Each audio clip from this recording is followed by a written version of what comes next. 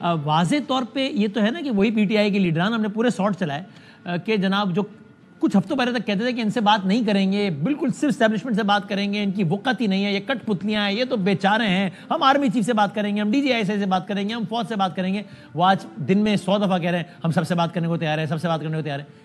یہ جو تبدیلی آ نہیں رہی بلکہ آ گئی ہے، اس کی کیا وجہ ہے؟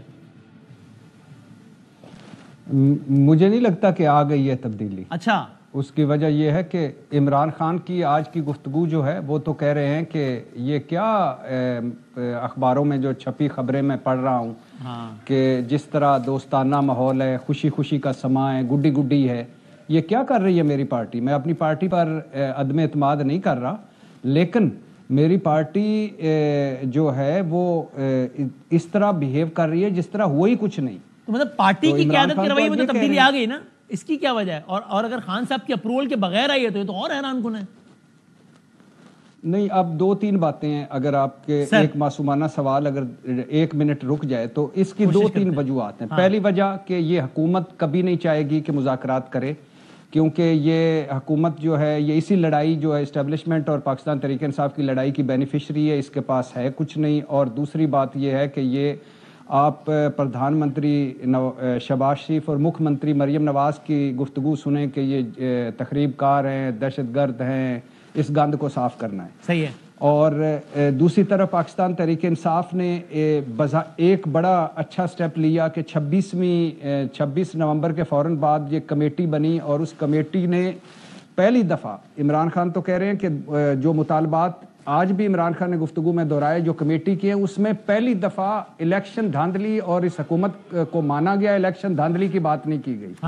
یعنی اسیروں کو رہا کرے، قیدیوں کو رہا کرے، اور 9 مئی اور 26 نومبر پر جوڈیشل کمیشن بنائے. تو اس بات کو سمجھتے کہتے ہوئے، اپنی رائے دیتے ہوئے کہ آخری حل مذاکرات میں اور بات چیت میں ہے. لیکن مجھے نہیں لگتا کہ ابھی کچھ عمران خان صاحب وہ کہہ رہے ہیں جو یہ کمیٹی کر رہی ہے. کم از کم ماحول جو وہ عمران خان دیکھ رہے ہیں وہ، اور اس کی بڑی سمپل سی وجوہات ہیں. ایک وجہ تو یہ ہے کہ پاکستان تحریک انصاف میں رانگ نمبرز بھی ہیں، بروٹس بھی ہیں، کمپرومائز لوگ بھی ہیں، اور کچھ انڈر پریشر لوگ بھی ہیں. اور دوسری وجہ یہ ہے کہ پاکستان تحریک انصاف اور عمران خان میں ایک خاص لوگوں کے علاوہ کوئی مل نہیں پا رہا. صحیح ہے. اور 3 سال سے عمران خان پارٹی پوری سے نہیں مل پا رہے. تو 2 مطالبات اور ڈی چوک اس کے اب، اور پھر 9 مئی، پھر الیکشن.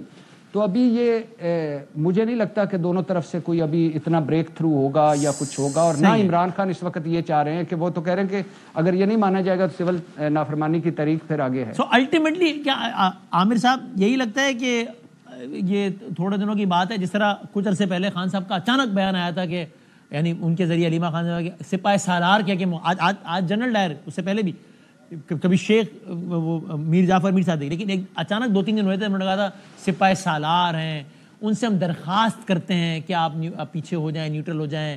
یہ دیکھیں یہ لوگ ہمیں لڑوانے کی کوشش کرتی ہے، نون لیگ ہمیں لڑوانے کو، لیکن وہ وہاں سے رسپانس نہیں آیا. تو پھر دوبارہ خان صاحب نے شروع کر دی باتیں.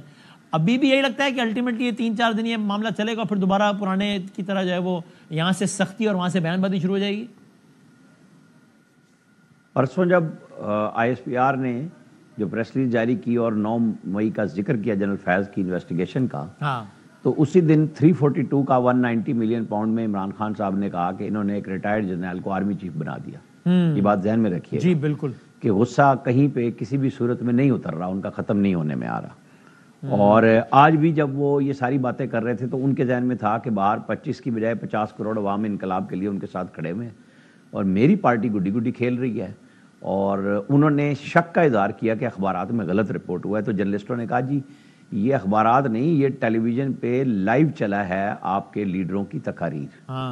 تو اس پہ ان کو تھا کہ یہ کمال کر رہے ہیں میرے لوگ، مطلب میں قوم کو تیار کر چکا ہوں انقلاب کے لیے اور یہ اس طرح کی بات کر رہے ہیں. تو ظاہر ہے اس کمیٹی کے تو برے حال ہوں گے، اس میں تو کوئی شک نہیں ہے کہ خان صاحب نے جس طرح آج اپنی ہمشیرہ کو بھی اور وہ جو گلوکار سلمان ہے جو آڑے ہاتھوں لیا ہے، تو وہ اپنی جگہ پہ ٹھیک ٹھاک کھڑے ہوئے ہیں، کیونکہ وہ تو قسمیں لے کے آئی تھی کہ ڈی چوک اور میں اکیلی بھی رہوں گی، لیکن وہ اکیلی ہونے سے پہلے خود بھی چلی گئیں اور بیچارے ورکرز جو ہیں پھر وہ جب ہوائی فائرنگ شروع ہوئی تو وہ بھی تتر بتر ہو گئے، بیچارے پہلے بھی کھانے سے اور برے حال میں تھے. تو اس کا مطلب یہ کہنا بھی عامر صاحب، یہ کہنا بھی آپ سے سوال کر رہا ہوں، ضمنی معذرت بات کٹی میں نے، کہ یہ کہنا بھی پھر غلط ہو گیا نا کہ عمران خان صاحب کو اب لگا کہ جناب یہ تو گھیرا بہت ہی تنگ ہو گیا ہے، پریس ریلیز آ گئی ہے فیض صاحب کی، اس لیے انہوں نے فوراً وہ لیٹ گئے، انہوں نے کہا یار مذاکرات کرو مذاکرات کرو.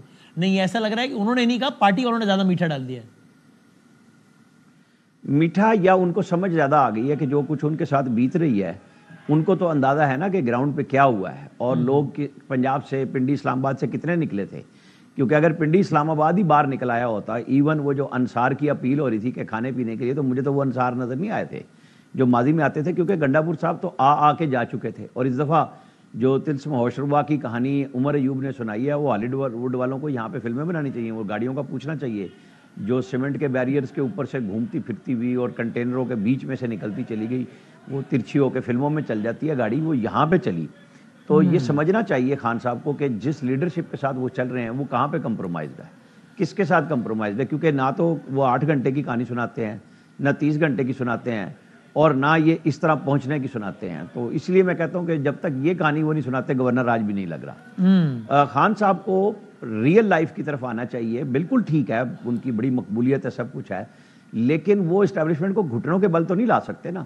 تو بات چیت کا راستہ جب اسٹیبلشمنٹ کہتی ہے کہ آپ معافی مانگ لیں اور بات چیت آپ حکومت سے کر لیں، تو اس کے اوپر ہمارے بہت سارے دوستوں کا خیال ہے کہ حکومت کون سی حکومت ہے. بھائی حکومت یہ وہی ہے جیسے خان صاحب تھے، جو وہ کہتے تھے کہ میں تو کچھ کرتا ہی نہیں تھا، وہ تو جنرل باجوہ کرتے تھے، بعد میں کہنے لگے نا آپ کو اور ہمارے سامنے سب سے. اس سے پہلے تو وہ کہتے تھے اس سے بڑا جمہوری جرنیل ہی کوئی نہیں ہے. اور آج انہوں نے ایک دم کہہ دیا کہ 9 مئی میں اگر جنرل فیض ہے تو جنرل باجوہ کو ڈھونڈیں. تو جنرل باجوہ کہاں تھے اس وقت تو جنرل آصف آرمی چیف، اس وقت جنرل باجوہ تو نہیں تھے. وہ جب کہہ رہے ہیں کہ جی انسٹرکشن عمران خان کی اور ایکشن جنرل فیض کا، تو وہ 26 نومبر کو آرمی چیف کی تقرری روکنے میں بھی وہ شامل تھے. 25 مئی کو پشاور سے جب جلوس لایا تو وہ اس میں بھی شامل تھے. یہ آگے آ رہی ہیں. اب ہمیں بیچ میں نا آپ کو اور مجھے 3-4 چیزیں ملیں گی کہ جی پتہ نہیں کوئی نیا یو ٹرن آ رہا ہے فوج کی طرف سے.